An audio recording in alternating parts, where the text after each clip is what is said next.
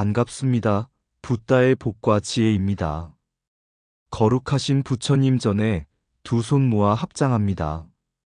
오늘 우리는 부처님께서 말씀하신 이 한마디, 세상에 어둠이 깔려 있는데 어찌하여 빛을 찾지 않는가? 이 깊은 말씀을 마음에 새기고자 합니다. 세상은 욕망과 번뇌로 불타고 중생의 마음은 무지와 어리석음의 안개 속에 헤매고 있습니다. 어둠 속에 있으면서도 빛을 찾지 않고 고통 속에 있으면서도 진리를 구하지 않는다면 그 삶은 끝없이 미혹의 길을 돌 뿐입니다. 부처님께서는 술 한 잔의 달콤함 속에 숨은 독을 경계하셨습니다. 술은 단순한 음료가 아니라 마음을 흐리게 하고 지혜의 눈을 가리는 무명의 불씨이기 때문입니다. 술잔을 들기보다 지혜의 등불을 밝혀야 합니다. 그 등불이 바로 자각의 빛, 해탈의 빛, 진리의 빛입니다. 오늘 이 시간 우리 모두 술의 유혹과 무명의 어둠을 내려놓고 부처님께서 비추신 진리의 광명 속으로 한 걸음 나아가기를 바랍니다. 어둠이 짙을수록 빛은 더욱 귀합니다. 바로 지금 내 마음속의 등불을 밝히는 순간이 깨달음의 시작입니다. 자, 그럼 세상에 어둠이 깔려 있는데 어찌하여 빛을 찾지 않는가? 그 여정을 함께 해볼까요? 옛날 사바티 성 근처에 한 청년이 살고 있었습니다. 그의 이름은 수단나라 하였는데 마음은 착하였으나 세 속에 고통이 많아 늘 술로 근심을 잊고자 하였습니다. 그는 늘 이렇게 중얼거렸습니다. 이 세상은 너무 괴롭다. 술을 마시면 잠시라도 편안한데 무엇이 잘못이란 말인가? 하루는 수단나가 술에 취해 기원정사 근처를 지나가다 법당 앞에서 떠들고 웃으며 손뼉을 치기 시작했습니다. 그때 마침 부처님께서 법문을 마치시고 나오는 길이었습니다. 부처님께서 그를 보시고 조용히 물으셨습니다. 그대여, 지금 마음이 평안한가? 수단나는 눈을 반쯤 뜨고 대답했습니다. 예, 세상일 다 잊었습니다. 괴로움도 없고 걱정도 없습니다. 부처님께서는 빙글에 미소 지으며 말씀하셨습니다. 그대는 지금 괴로움을 잊은 것이 아니라 괴로움 위에 또 다른 어둠을 더 씌운 것일 뿐이니라. 그리고 부처님께서는 곧 한 손으로 땅을 짚으며 말씀하셨다. 수단나야, 보아라. 이 땅이 그대를 붙잡는 이유는 그대 마음속에 무명의 돌이 놓여 있기 때문이다. 그 돌을 술로 덮으면 잠시 보이지 않겠지만 결국 그 돌은 다시 무거워져 그대를 끌어내릴 것이다. 수단나는 눈을 크게 뜨며 물었습니다. 그럼 제가 어찌해야 이 어둠에서 벗어날 수 있습니까? 부처님께서 말씀하셨습니다. 세상에 어둠이 깔려 있는데 어찌하여 그대는 빛을 찾지 않는가? 고통의 원인을 잊으려 하지 말고 그 뿌리를 보라. 술은 빛이 아니라 빛을 가리는 연기이니라. 이 말씀을 들은 수단나는 눈물을 흘리며 술잔을 내려놓고 부처님 앞에 엎드려 참회했습니다. 그날 이후 그는 다시는 술을 입에 대지 않고 기원정사에 머물며 수행에 정진하였습니다. 세월이 흘러 수단나는 마침내 모든 괴로움의 원인은 내 마음속 무명에 있음을 깨닫고 지혜의 빛을 얻어 아나함과를 이루었다 합니다. 그가 깨달음을 얻은 날 제자들에게 이렇게 말했습니다. 술이 나를 기쁘게 한 적은 한 번도 없었다. 오히려 나를 비운 것은 술이 아니라 부처님의 말씀 한 줄기 빛이었다. 옛날 마가다국의 한 마을에 지혜롭고 청정한 수행자 한 명이 살고 있었습니다. 그는 오랜 세월 동안 계율을 지키며 마음을 닫고 자비를 실천하는 훌륭한 스님이었습니다. 마을 사람들은 그를 존경하며 늘 공양을 아끼지 않았습니다. 어느 날 마을의 큰 잔치에 초대받은 스님은 한 제가자가 건넨 말에 잠시 마음이 흔들렸습니다. 스님, 오늘은 경사스러운 날이니 한 잔 정도는 괜찮지 않겠습니까? 그저 입만 축이는 정도로요. 마음이 흔들릴 만큼 마시지 않으면 괜찮을 것입니다. 스님은 처음에는 단호히 거절했습니다. 술은 마음을 흐리게 하니 나는 마시지 않겠소. 그러나 제가자의 간곡한 권유에 한 잔쯤은 괜찮겠지 하는 생각이 스쳐 지나갔습니다. 그 한 잔이 불씨였습니다. 술이 목을 타고 들어가자 마음속의 경계가 무너졌습니다. 두 번째 잔이 들어가자 수행자는 웃음을 터뜨리며 시끄럽게 떠들기 시작했고, 세 번째 잔이 들어가자 그는 눈빛이 흐려지고 분별심을 잃었습니다. 잠시 후 그는 말로 이웃을 비난하고 결국 화를 내며 그 자리에서 다툼을 벌였습니다. 이튿날 정신이 깨어난 스님은 자신의 행위를 기억하고 깊이 참회했습니다. 그는 눈물을 흘리며 부처님께 나아가 이렇게 고했습니다. 세존이시여, 저는 한순간의 방심으로 계율을 어기고 스스로를 부끄럽게 했습니다. 술이 이토록 무서운 독인 줄 이제 알았습니다. 그러자 부처님께서 말씀하셨습니다. 수행자여, 술은 마음을 어둡게 하여 지혜의 눈을 가리고 번뇌의 불씨를 일으켜 탐진치를 자라게 한다. 술은 단맛으로 유혹하나 결국은 쓴맛으로 고통을 안긴다. 술을 끊는 것은 단순한 절제가 아니라 마음을 지키는 방패이며 지혜를 보호하는 문이니라. 그날 이후 스님은 더욱 철저히 계율을 지키며 마을 사람들에게 술의 해로움을 설했습니다. 그의 참회는 깊은 깨달음으로 이어져 그는 훗날 지혜를 지키는 이라 불렸습니다. 술은 단순한 음료가 아니라 마음을 흐리고 번뇌를 키우는 독입니다. 한 잔쯤은 괜찮겠지 하는 생각이 바로 고통의 씨앗이 됩니다. 부처님께서 부름주개를 설하신 까닭은 우리의 자유를 빼앗기려 함이 아니라 지혜의 눈을 보호하고 해탈의 길을 밝히기 위함입니다. 술은 입으로 들어오지만 마음의 눈을 멀게 한다. 한 잔의 방심이 100겁의 후회를 낳는다. 술은 기쁨을 약속하지만 번뇌를 남긴다. 마음이 흐려지면 옳고 그름의 경계가 사라진다.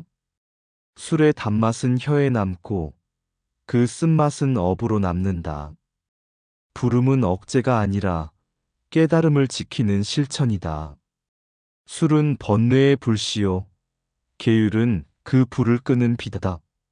술에 취하면 웃음은 일시적이요, 괴로움은 길다.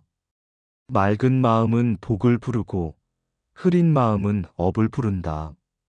술은 혀를 즐겁게 하지만 언행을 더럽힌다. 탐욕의 잔을 비우고 자비의 잔을 채우라. 술은 방심의 문을 열고 많은 그 틈으로 들어온다. 술은 마음을 묶는 사슬이요, 계율은 마음을 푸는 열쇠다. 술을 멀리하는 이는 세속을 이기고 술에 취하는 이는 자신을 잃는다. 술은 고통을 잊게 하나 고통의 씨앗을 남긴다. 어둠을 걷는 자 빛을 만나다. 어느 날 부처님께서는 왕사성 근처의 정사에 머무시며 대중을 향해 설법하셨습니다. 그날따라 하늘은 맑고 바람은 부드러워 모든 것이 청정해 보였습니다. 하지만 마음이 흐린 이들에게는 아무리 맑은 하늘도 어둠으로 보였습니다. 그때 마을에서 잔치가 열리고 있었습니다. 잔치에 모인 500명의 여인들은 향기로운 술에 취해 웃고 떠들며 즐거움에 빠져 있었습니다. 그들은 술 기운에 이끌려 정사 근처를 지나가다 우연히 부처님께서 설법하시는 소리를 들었습니다. 무엇이 진리인가? 어둠 속에 사는 자가 빛을 모른다. 그러나 술에 취한 여인들은 그 말의 뜻을 알지 못하고 오히려 웃으며 말했습니다. 부처님도 우리처럼 즐거워야지. 삶은 짧은데 왜 근심만 말하십니까? 그들은 설법 중에 춤추고 떠들며 방해하였습니다. 제자들이 놀라서 부처님께 여쭈었습니다. 세존이시여, 저들은 어찌 이리도 무명에 빠져 있나이까? 그들을 꾸짖어 깨우쳐야 하지 않겠나이까? 그러자 부처님께서 미소를 지으시며 말씀하셨습니다. 이들은 어둠 속에 사는 자들이다. 어둠 속의 자를 꾸짖는 것은 빛을 가리는 일이다. 자비의 빛이 스스로 그 어둠을 걷어낼 것이다. 그 순간 부처님께서 자비 광명을 놓으셨습니다. 광명은 온 사방을 비추었고 여인들의 마음 깊은 곳까지 스며들었습니다. 그 빛은 따뜻했으나 눈부시지 않았고 부드럽지만 모든 미혹을 꿰뚫었습니다. 빛이 닿자 여인들은 마치 긴 꿈에서 깨어나듯 정신을 차렸습니다. 술 기운은 사라지고 그들의 눈에는 눈물이 맺혔습니다. 그들은 부처님 앞에 무릎 꿇고 외쳤습니다. 세존이시여, 우리는 마라의 장난에 놀아났습니다. 한순간의 쾌락에 마음을 빼앗겨 어둠 속을 걸어왔습니다.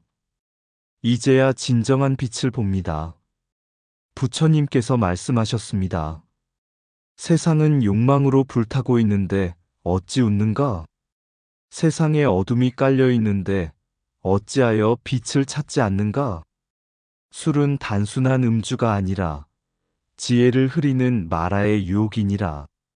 지혜의 눈을 뜬 자는 술잔을 내려놓고 마음에 등불을 든다. 그날 이후 여인들은 술을 끊고 계율을 지키며 매일 새벽마다 부처님께 예배했습니다.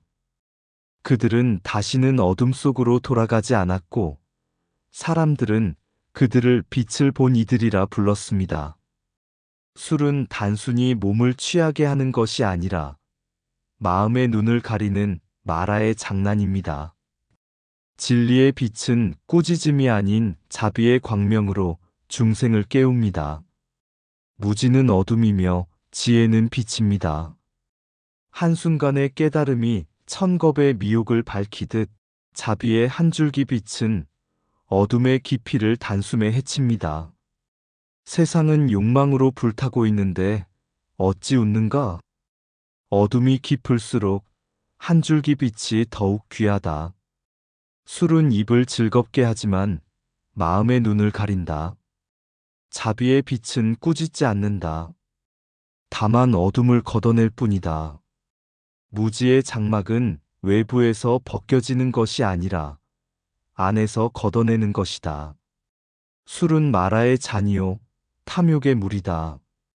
자비는 어둠을 꾸짖지 않고 그 자리에 빛을 놓는다.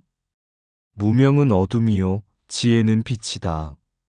마라의 장난은 즐거움의 얼굴을 하고 다가온다. 술은 마라의 유혹이요 계율은 마음의 방패다. 부처님은 어둠을 꾸짖지 않으셨다. 다만 빛을 비추셨다. 진리의 빛을 찾는 순간 번뇌의 그림자는 스스로 물러난다. 지혜의 눈이 열리면 마라의 그림자도 길을 잃는다. 한순간의 취함은 천겁의 미혹을 낳는다. 술잔을 버리고 등불을 드는 자, 그가 곧 깨달은 이다. 술잔 대신 등불을 든 청년. 옛날 사와티 성 근처의 한 마을에 젊은 청년이 있었습니다. 그는 성실하고 마음씨가 고닿으나 세속의 고단함에 자주 마음을 잃곤 했습니다. 일이 잘 풀리지 않거나 괴로움이 닥칠 때면 늘 술잔을 찾았습니다. 잠시 있자 마시면 기분이 나아지겠지. 그의 입가에는 웃음이 돌았지만 마음속에는 늘 공허가 자리했습니다. 술이 깨면 후회가 찾아왔고 후회가 쌓이면 마음의 어둠은 깊어졌습니다.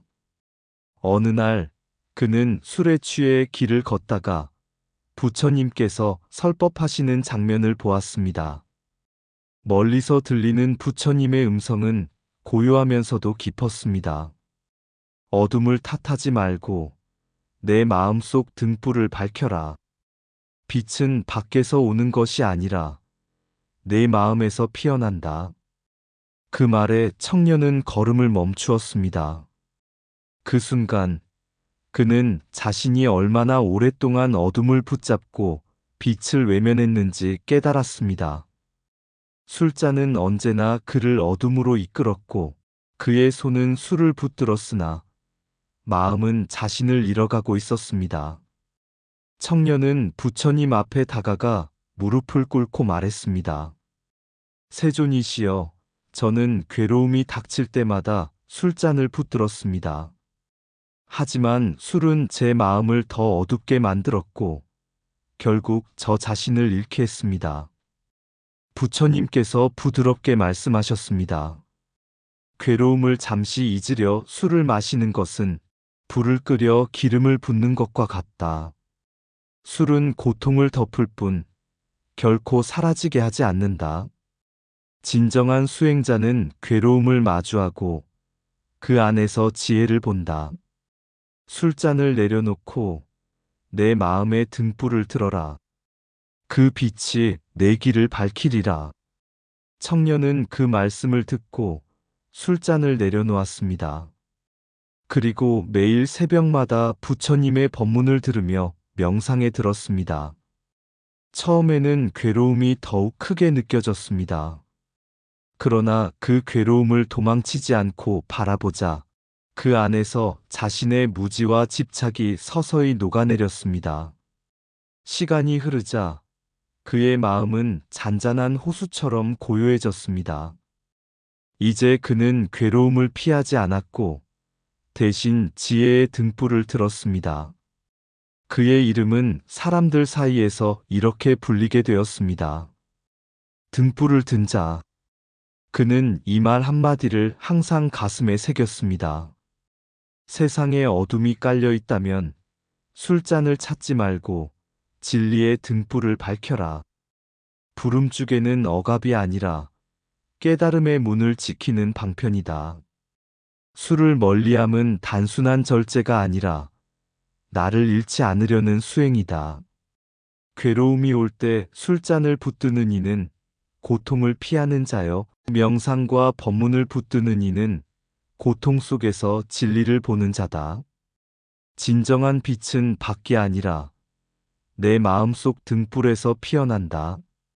오늘날의 술잔은 단순한 음주뿐 아니라 도피와 망각의 상징이 될 수 있습니다. 진리를 따르는 길은 어둠을 탓하기보다 내면의 등불을 밝히는 것입니다. 부처를 외우는 마음이 곧 부처의 마음이다. 한 번의 염불에도 진심이 담기면 그 순간이 곧 정토이다. 마음이 맑으면 극락이요, 탐진치에 젖으면 지옥이다. 진정한 신앙은 복을 구하는 것이 아니라 깨달음을 향한 서원이다. 밀교의 비밀은 신비가 아니라 자비의 실천에 있다.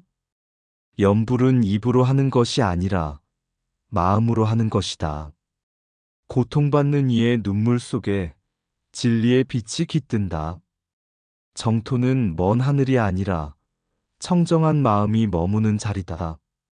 자비를 향한 서원이 곧 수행이다. 마음속 번뇌를 끊으면 천만 부처가 그 자리에 선다. 진정한 불교는 위로의 신앙이 아니라 깨어남의 길이다. 기도는 하늘에 올리는 것이 아니라 나를 바꾸는 서원이다. 신앙의 꽃은 지식이 아니라 진심에서 핀다. 중생의 아픔을 내 아픔으로 삼는 마음이 곧 불심이다. 모든 길은 마음에서 시작되어 자비로 끝난다. 옛날 세상이 어둡고 백성들이 굶주리던 시절이 있었다. 전쟁과 기근, 그리고 권력의 억압 속에서 사람들은 하루하루 살아가는 것조차 버거웠다. 학문을 닦을 여유도, 깊은 경전을 탐구할 힘도 없던 민중들은 그저 두 손을 모으고 부처님의 이름을 부르며 하루를 견디곤 했다. 그들 중에는 가난한 농부도 있었고 병든 어머니를 돌보는 어린아이도 있었다. 그들은 부처님의 이름을 부를 때마다 눈물이 맺혔다. 그 눈물 속에는 단순한 바람이 아니라 고통 없는 세상에서 모두가 함께 웃기를 바라는 깊은 서원이 담겨 있었다. 어느 날 한 스님이 마을을 지나며 그들의 기도를 들었다. 스님은 묻지 않았다. 대신 조용히 합장하며 그들과 함께 연불했다. 그리고 이렇게 말했다. 연불이란 소리를 내는 것이 아니라 그 이름 속에 담긴 마음을 깨닫는 것입니다. 아미타불을 부른다는 것은 내 마음의 무명을 밝히고 자비를 되새기는 길이지요. 그 말을 들은 사람들은 울음을 터뜨렸다. 그들은 처음으로 알았다. 자신들이 불렀던 나무아미타불 6글자가 하늘을 향한 외침이 아니라 자신들의 마음속 불성을 깨우는 부름이었다는 것을. 그날 이후 마을 사람들은 연불 속에서 힘을 얻었다. 슬픔을 기도로 바꾸었고 괴로움을 자비로 바꾸었다. 병든 이는 마음이 평안해졌고 굶주린 이도 희망을 품었다. 그리고 그 자리가 곧 극락이 되었다. 그 모습을 본 스님은 미소 지으며 말했다. 정토는 저 멀리 서방에만 있는 것이 아닙니다. 마음이 청정해질 때 이 땅도 곧 극락이 됩니다. 그 말에 마을 사람들은 고개를 끄덕였다. 부처님은 하늘 위 신이 아니라 괴로움 속에서도 포기하지 않는 자비의 마음이었음을 깨달았다. 그리하여 정토신앙은 단순한 신앙이 아니었다. 그것은 고통 속에서도 희망을 잃지 않는 민중의 깨달음이자 자비의 실천이었다. 그리고 밀교의 비밀한 주문과 수행 또한 신비를 좇기 위한 길이 아니라 마음 깊은 곳의 자비를 깨우는 방편이었다. 결국 불법은 왕궁에서도 깊은 산사에서도 학문 속에서도 피어나지만 진리의 꽃은 언제나 민중의 눈물 속에서 가장 먼저 피어난다. 그들의 서원과 연불이 하늘을 울리고 자비의 물결이 번뇌의 땅을 적실 때 그곳이 바로 부처님의 마음, 곧 정토였다. 어둠은 짙고 길은 멀었네. 곡식은 시들고 마음은 굶주렸네. 눈물 젖은 손끝에서 한 줄기 빛이 피어나니 그 이름이 곧 나무아미타불이었다. 3번 부르고 또 3번 부르니 허공이 열리고 무명의 장막이 스스로 걷히네. 정토는 멀리 있지 않았다.